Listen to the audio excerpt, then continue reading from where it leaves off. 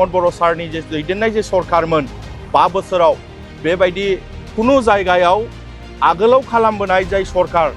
मानगोनां हाग्रामा महिलारिया जिहेतु 15 बोसोर सरकार सालायबोदों बिथाङाबो गोबांथार बेबायदिनो गुबुन गुबुन जायगायाव बानायदों बिथांनि बानायनायखौ जोंनि UPPL नि सरकार एबा रमद बर'न सार दैदेननाय सरकारा माब्लाबाबो बेबायदि आखाइ होफेराखैमोन नाथाय दिनै गिबि बेखौ जों नुनानै जोङो दुखु मोनदों बेखायनो थारै आङो खावलायनो लुगैबाय सरकार एबा डिपार्टमेन्टखौ नोंथांमोनहा जाहाथे बे गुगानाय नेम प्लेटखौ थाबैनो होयो आरो बिनि जे लाइट बे लाइटनि बेबस्थाखौ थाबैनो खालामो आं बेखौ गुरै खावलायबाय आरो जोङो थाबैनो खालामजानो लुगैदों साननै सानथामनि गेजेरावनो खालामजानो लुगैदों आरो जुदि खालामनो हायाब्ला बिथांमोनहा बेखौ प्रेस मिटनि गेजेरजों बुङोब्ला मोजां जायो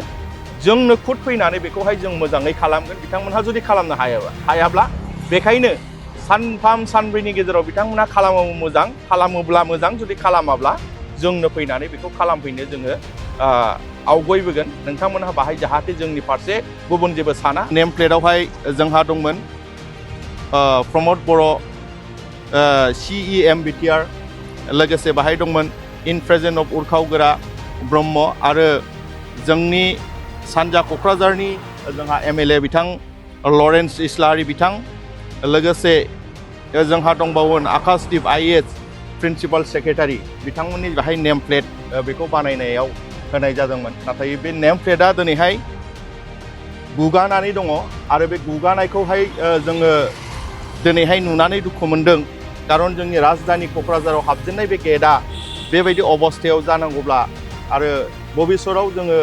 जोंनि बे गोजोननि जे क'क्राझार बेखौहाय जों बोरै लाखिगोन जों बे मोनसे साननाय फैदों जोंनि नैबे BTC खौहाय जों ओरैनो गोरलैयै मोनाखै बयबो बेखौ मिथिगौ आरो बेखायनो जोंनि नैबे BTC खौहाय जेब्लायबो गोजोनै जों लाखिनांगोन बेबायदि खामानि मावनानै जोंनि नैबे गोजोन जाखानाय जिहेतु BTC बा BTR बेखौहाय जाहाथे गुबुंले खालामनो रावबो दा नाजाथों आं बेखौ BTC BTR बासिनि गासै रायजो राजानि खाथियाव खावलायबाय बे समावहाय जोङो जोंनि बड'लेण्डनि राजधानी जे हाबजेननाय जोंहा कारिगाव मोनसे एन्ट्रेन्स गेट दं आरो बे गेटखौहाय जोंनि दोरोङारि हारिमुवारि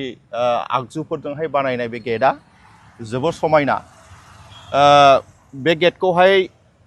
जोङो अपेनिं खालामनाया जोंनि बाथि BTC बिसायख'थिनि एसे सिगां खालामनाय जादों दा खालामखांनानै जोबोर समायना रमायना बयबो बाहाय फैनानै मोनसे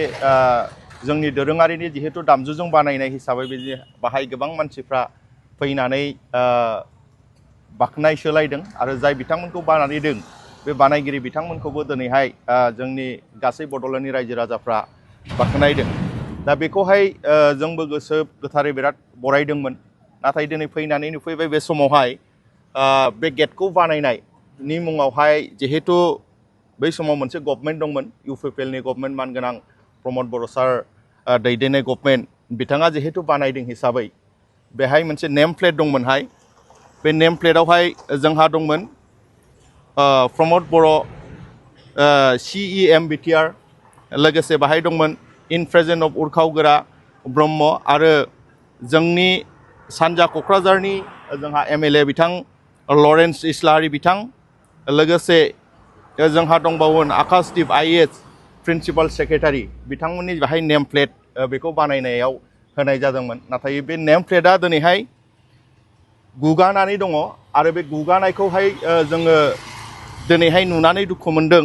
खारन जोंनि राजधानी क'क्राझाराव हाबजेननाय बे गेटआ बेबायदि अबस्थायाव जानांगौब्ला आरो भबिष्यताव जोङो जोंनि बे गोजोननि जे क'क्राझार बेखौहाय जों बोरै लाखिगोन जों बे मोनसे साननाय फैदों दा बेखायनो जे परिबेसाव बे जा गुगादों बा सोरबा गोसो जानानै बेखौ जुदि बोखारदोंब्ला थाबैनो बेखौहाय आङो बेक्तिगत हिसाबै आरो रायजोनि जानानै आङो खावलायनो लुगैदों नैबे नेम प्लेटखौहाय डिपार्टमेन्टेलि एबा जोंनि बर्तमाननि मानगोनां हाग्रामा महिलारि बिथां दैदेननाय जे BTR सरकार बिथांमोनहा बेखौ जाहाथे मोजाङै खालामनानै दोनफिनो जाहाथे बे नेम प्लेटआ बे आगोलाव जेरै दंमोनहाय बिदि जाहाथे खालामनानै दोनफिनो आं बेखौ गुरै खावलायबाय खारन जोंनि नैबे BTC खौहाय जों ओरैनो गोरलैयै मोनाखै बयबो बेखौ मिथिगौ आरो बेखायनो जोंनि नैबे BTC खौहाय जेब्लायबो गोजोनै जों लाखिनांगोन बेबायदि खामानि मावनानै जोंनि नैबे गोजोन जाखानाय जिहेतु BTC बा BTR बेखौहाय जाहाथे गुबुंले खालामनो रावबो दा नाजाथों आं बेखौ बिटिसि बिटिआर बासिनि गासै रायजो राजानि खाथियाव खावलायबाय आरो दिनैहाय बाहाय जों नुफैबाय फैनानै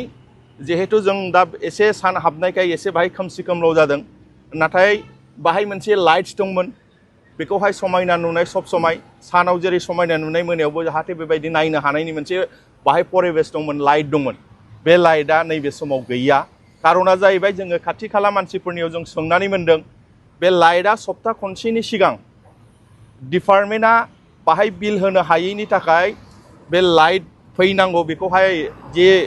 मिटार दं बेखौहाय डिपार्टमेन्टआ लानानै थांदों होननानै जों मिथिबाय दा बेखायनो आं गुरै खावलायगोन आथिखालनि बिटिआर सरकारखौ मानगोनां हाग्रामा महिलारिनि दैदेननाय सरकारखौ आं खावलायगोन